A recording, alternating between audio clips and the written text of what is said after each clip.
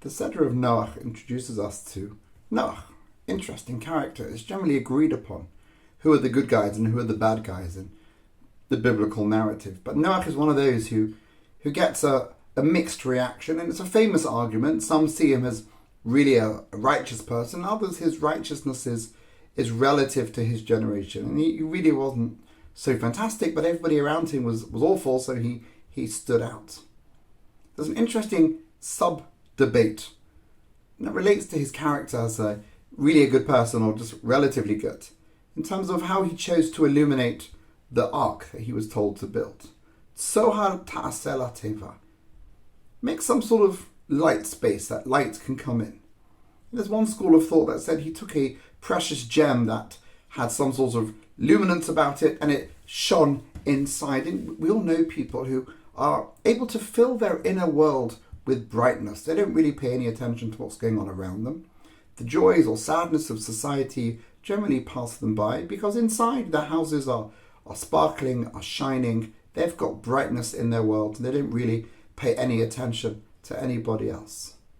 Then there are those who think differently, that true happiness, true human satisfaction isn't by making my inner world the happiest place it can be through external means, however pleasurable those might be for the moment. But it's the ability to relate and to connect to other people. I think it's just that message that we've seen in abundance over the last 12 to 13 days. That true goodness is expressed not in how good my life is, but my ability to help others.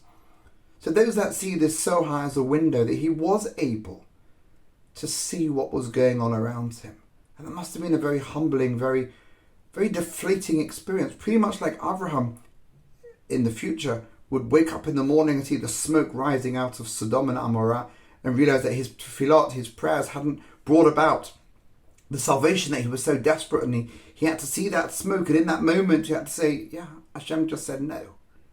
Noach being able to see the destruction around him, but eventually also to see the world that was there when the flood waters went down. So there's a challenge. What type of life and inner life do we want? It might seem easy and superficial and simple to fill our lives with all the wonderful things, but is that really the message that the Torah wants to have? Maybe the ambiguity over Noach is because whilst it might be appealing to make our lives artificially bright, true greatness is when we can actually look around and open our eyes and see what other people are going through. And even in the difficult times, we can see goodness and see positivity and play our part, and that can actually help us to deal with our feelings and deal with our emotions. So open your windows, be attentive, not in that creepy way of spying on the neighbours, even though that might be tempting and something you want to do, but with a genuine heart to want to participate fully as members in society, each and every person playing their part, contributing to the bigger picture. No one saying, I'm going to stay within my 4 amot, my 4 cubits of space, and I will be happy, shalom yihi, my world will be peace.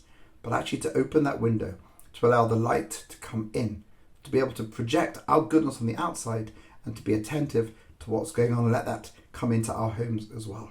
So this Shabbat, open your windows and pay attention to what's going on around you. Shabbat Shalom.